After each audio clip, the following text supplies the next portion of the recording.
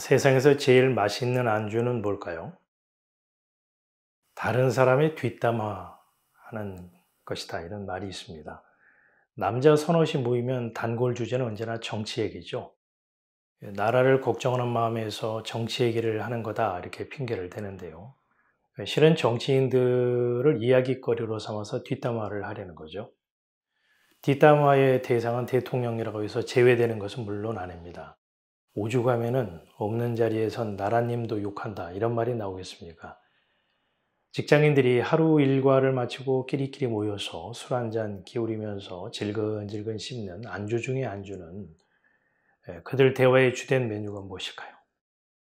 직장 동료나 상사를 도마 위에 올려놓고 헐뜯고 욕하고 놀림감으로 만드는 것? 직장인들에게 최고의 술안주이자 하루의 피로를 말끔히 씻어내는 피로회복제 아닐까? 비방은 거의 매일 경험하는 일상적인 일이고요. 생활의 일부이기도 하죠. 어찌 보면은 요지경 같은 이 세상에서요, 사람은 비방하는 특권, 상대방을 헐뜯고 욕하는 재미로 살아간다고 해도 크게 틀리지 않을 것입니다. 뒷담화를 해보신 분들은 공감하시겠지만은 그 재미가 꽤 쏠쏠하거든요. 뒤에서 다른 사람의 흉을 보고 깎아내리고 또 없는 말도 지어내서 원색적으로 상대방을 비방할 때 속이 다 시원할 때가 있잖아요. 차마 내 입으로 배출하지 못하는 비방을 옆에 있는 사람이 대신 해주기라도 하면 유쾌, 상쾌, 통쾌합니다. 거의 힐링 수준이죠. 이처럼 적절한 비방은 삶의 활력소이고 스트레스 해소 차원에서 그 정신 건강에도 도움이 될 것 같은데 야고보는 서로 헐뜯고 비난하지 말라 이렇게 말씀을 하네요. 권면이나 충고 정도가 아니라 이것은 엄한 명령입니다. 왜 야고보는 단호한 어조로 말씀을 했을까요? 상대방을 비방할 경우에 그 비방의 화살이 돌고 돌아서 자신에게로 되돌아오는 그 부메랑이 될 수 있기 때문에 항상 입 조심하라는 당부의 말씀일까요? 아니면 문제가 발생했을 경우 서로 상대방 탓이라고 발뺌하면서 책임을 떠넘기지 말라 그런 뜻에서 서로 비방하지 말라 했을까요? 그것도 아니라면 혹시 상대방의 잘못이나 실수에 대해서 가급적 좀 너그럽게 눈 감아주고 덮어주는 성숙한 그리스도인이 되어야 한다. 그런 취지에서 하신 말씀일까요? 이 야고보가 말하는 서로 비방하지 말아라 라는 의미가 무엇인지 파악하기 위해서는요. 야고보가 왜 야고보서를 기록했는지 기록 목적을 알아야 하고요. 그 편지를 누구에게 보내려고 썼는지 그 수신자를 좀 살펴봐야 합니다. 야고보서는 흩어져 있는 12지파, 즉 유대 그리스도인들에게 보낸 편지입니다. 유대 그리스도인은 누구냐 하면은 주 예수의 은혜로 구원 얻는 줄 믿는다는 그 고백 위에 신앙생활을 하는 자들을 지칭하죠. 그들은 예수를 주와 그리스도로 시인한다는 신앙 때문에 동족 유대인, 그러니까 유대교로부터 출교당했습니다.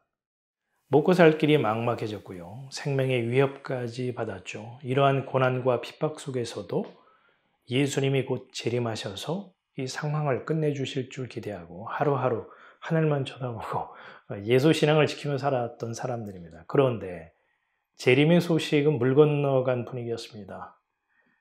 기다리게 해놓고 오지 않는 사람아. 이들에게 어떤 생각이 들었을까요? 예수의 은혜로 구원 얻는 것도 중요하지만은 예전처럼 율법을 다시 실천함으로 사람들과 하나님으로부터 경건하다, 살아있는 믿음의 사람이다, 이렇게 인정을 받아야 현실적인 문제를 해결받게 되는 게 아닐까. 이런 마음의 동요와 신앙의 회의가 일어났겠죠. 야고보는 이 같은 영적 혼란 상태에 있는 유대 그리스도인들의 신앙 현실을 감지하고요. 펜을 들어서 야고보서를 기록했던 것입니다. 은혜의 복음 안에서 흔들리지 말고 그 신앙을 굳건히 지키는 것이 생명길이라는 그 위로와 격려를 하기 위해서 말이죠. 이 같은 내용의 편지를 받아둔 유대 그리스도인들의 반응은 어떠했을까요? 은혜로만 들어가네. 은혜로만 선다네. 우리의 노력이 아닌 어린 양의 보혈로 이처럼 오직 주님의 은혜를 사모하며 보혈 신앙을 간직한 자들이 있었는가 하면 예수의 은혜에 사람의 노력과 행위를 추가하고 보탬으로써 온전한 믿음에 이르게 된다. 이렇게 주장하는 사람들. 아마도 이 둘로 갈리지 않았을까 싶네요. 그러다 보니 이른바 은혜 중심파와 행위 중심파 사이에 자신들의 신앙이 성경적으로 옳다, 맞다, 복음적이다 이렇게 주장하면서 서로 헐뜯고 비방하였던 모양입니다. 야고보는 이러한 그 마음이나 시선, 태도를 가리켜서 비방이라고 규정하면서 서로 헐뜯지 말 것을 권면하였던 것입니다. 그러면서 야고보는요, 서로 비방하거나 판단치 말아야 할 이유를 다음과 같이 설명을 하죠. 형제를 비방하는 자나 형제를 판단하는 자는 곧 율법을 비방하고 율법을 판단하는 것으로, 만일 율법을 판단하면 율법의 준행자가 아니라 스스로 재판자 노릇을 하는 것이 된다는 겁니다. 다시 말해서 비방하고 판단하는 것은 영적인 질서와 위치를 무시한 것으로 재판장이신 하나님의 자리에 자신을 올려놓는 영적 교만이라는 점을 지적하고 있습니다. 이 말은 제 잘났다고 하면서 서로 헐뜯고 멸시하지 말고 좋은 게 좋은 거지 뭐 이렇게 팍팍하게 구느냐, 까탈스럽게 굴지 말어, 그런 뜻이 아닌 거죠. 그렇다고 은혜신앙과 행위종교 이 양쪽 손을 모두 들어준 것도 아니라고 봅니다. 한 부모 밑에서 태어난 형제자매라고 하면서 서로 비방을 하면 어떻게 될까요? 누워서 침 뱉는 격이 되겠죠. 누워서 침 뱉으면 뱉었던 침이 자기 얼굴에 도로 떨어질 것이고 부모님 얼굴에도 먹칠하는 꼴이 되겠죠. 그러니 그걸 지혜롭다라고 볼 수 없죠. 어리석은 태도입니다. 포도나무에 붙어있는 가지와 열매가 서로 비방을 하고 헐뜯고 자기가 옳다 맞다 이렇게 주장을 하면 얼마나 우스꽝스럽습니까? 그런 일이 있을 수 없지만 만일 있다면 주변 사람들로부터 놀림거리가 되겠죠. 야고보의 말인즉슨요, 예수라는 은혜와 진리의 포도나무에 붙어있는 가지라면 은혜라고 하는 수액을 공급받아서 은혜의 열매가 맺히는 것이 마땅하지 않겠느냐, 이렇게 유대 그리스도인들을 향해서 묻고 있다고 봅니다. 다시 말해 주 예수의 대속의 은혜에 사람의 율법적 실천을 보태야 살아있는 온전한 믿음이라고 여기며 주장하는 자들에 대한 일침이라고 할 수도 있죠.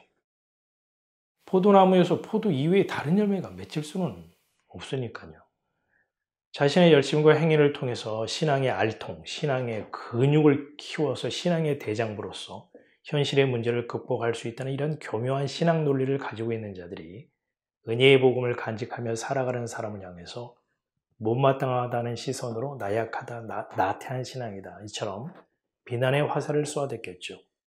그런데 그와 같은 비방은 곧 은혜의 하나님을 향한 비방이고 손가락질이라 할 수 있습니다. 왜냐하면 은혜를 베푸신 분은 바로 하나님이시고요.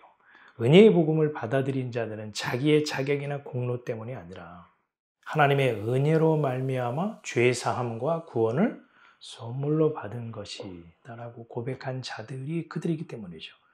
그렇다면 비방하는 그 사람은 야고보가 지적했듯이 스스로 하나님의 자리에 앉아서 하나님까지 옳으니 그르니 이렇게 판단하는 셈이 되겠죠. 이 사람은 스스로 율법의 잣대를 가지고 상대방을 판단하고 정죄하는 재판장 노릇을 하는 것이기에 야고보가 엄히 명했던 것입니다. 비방하지 말라. 거의 다 몰라. 아무리 좋은 말로 타이른다 해도요, 훈계를 좋아할 사람은 아마 없을 겁니다. 귀가 마다하고 마음에서 거부감이 일어날 겁니다. 당시 야고보의 편지를 읽어본 유대 그리스도인들 가운데도 기분이 편치 않은 사람이 분명 있었을 것입니다. 서로 비방하지 말라는 이 명령은 특히 참 거북하잖아요. 비방하지 말라, 이 듣기 거북한 명령이 단지 2000년 전 유대 그리스도인에게 국한하여 하신 말씀일까요? 예수를 주와 그리스도로 신앙하는 그리스도인 모두에게 해당하는 따끔한 영적인 충고의 말씀으로 받아야 하지 않을까요?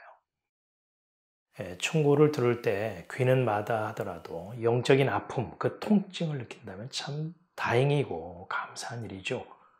영적인 감각이 살아있다는 시그널, 사인이기, 신호이기 때문입니다.